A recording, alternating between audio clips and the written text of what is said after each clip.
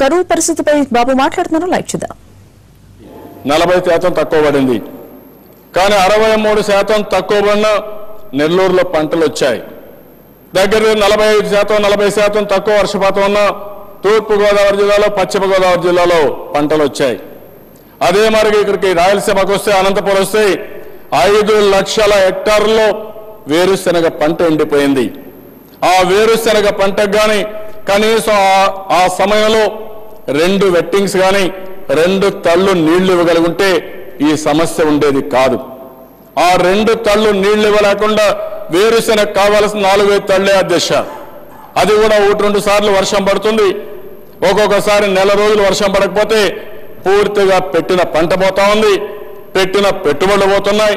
దీనివల్ల రైతులు పూర్తిగా దిగాలు పడిపోయి అక్కడి నుంచి లేనిపోయిన అఘాయిత్యాలు చేసుకునే పరిస్థితి వచ్చింది. అందుకనే అధ్యక్ష, ఈ ప్రభుత్వం చాలా స్పష్టంగా చెప్పాం. నేను సవాలు విసురుతున్నా, ఎవరు చేయలేని నిర్ణయం. రైతు ఆత్మహత్య చేసుకోవడానికి వీలు లేదు. అలాంటి ఆత్మహత్య చేసుకున్న రైతుకి 5 లక్షల రూపాయలు ఎక్స్గ్రేషియా ఇచ్చి 1,50,000 రూపాయలు అప్పులు తీర్చి 3,50,000 రూపాయలతో ఆ కుటుంబాన్ని మళ్ళా బాగు చేయడానికి ఒక కార్యక్రమం తీసుకున్నాం.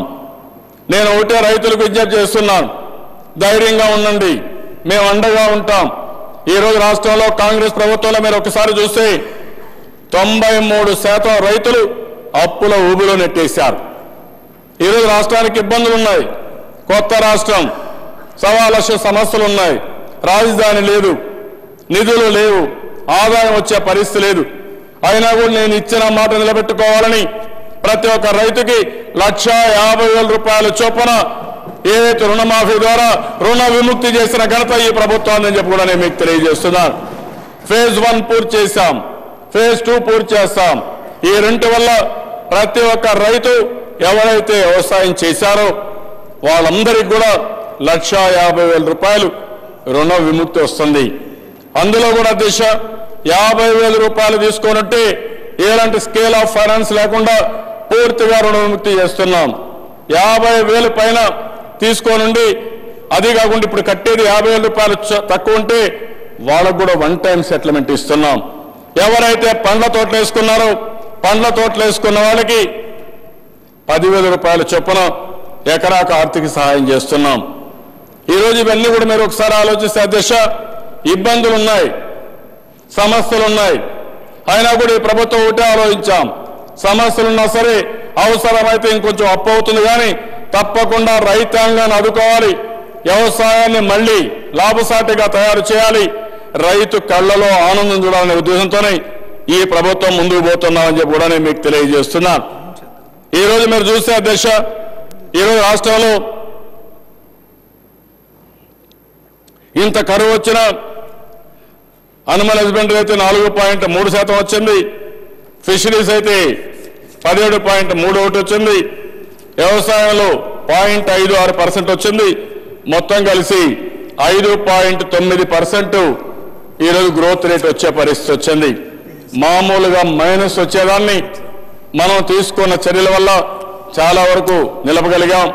భవిష్యత్తులో కూడా వ్యవసాయంలో సాయిల్ టెస్టింగ్ దగ్గర నుంచి మీరు ఒకసారి చూస్తే వ్యవసాయ ఉత్పత్తులు అమ్ముకోవడం వరకు, వాల్యూ అడిషన్ వరకు ఏ విధంగా చేయాలో చేయడం కోసం ప్రైమరీ సెక్టర్ మిషన్ పెట్టాం. దీనికోసం ఎక్స్పర్ట్స్ అందరినీ తీసుకున్నాం. ఈరోజు ఇక్రిసాట్ సహాయంతో దానికి కూడా ఒక ప్రాజెక్ట్ రిపోర్ట్ తయారు చేశాం. ఇవన్నీ కూడా చేసే దానివల్ల వ్యవసాయ రంగానికి పూర్వ వైభవం తేవాలని, అదే మాదిరిగా ప్రతి ఒక్క రైతు ఆధునికమైన పద్ధతుల్లో వ్యవసాయం చేయాలని, అదే మరి వ్యవసాయ రంగంలో ఆధునీకరణ కోసం అనేక ప్రయత్నాలు చేస్తున్నాం, అనేక వినూత్నమైన ప్రయోగాలు చేస్తున్నాం. వీటన్నిటి వల్ల వ్యవసాయ ఖర్చులు తగ్గించడం, ఆదాయాన్ని పెంచడం, ఆధునీకరణ ద్వారా కూడా ఖర్చులు తగ్గించే ప్రయత్నాలు చేస్తున్నాం అధ్యక్ష. ఇవన్నీ చేసి ఎట్టే పరిస్థితిలో రైతులను ఆదుకునే ప్రయత్నం చేస్తాం.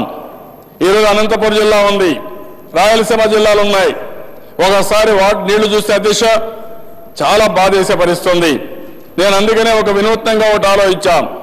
ఈరోజు వేరుశెనగ ఉంది, వేరుశెనగకు ఒకసారి ఒక్క వెట్టింగ్ ఇస్తే లేకపోతే 2-3 సార్లు నీళ్లు ఇవ్వగలిగితే పంటంతా చేతుల్లోకి వస్తుంది.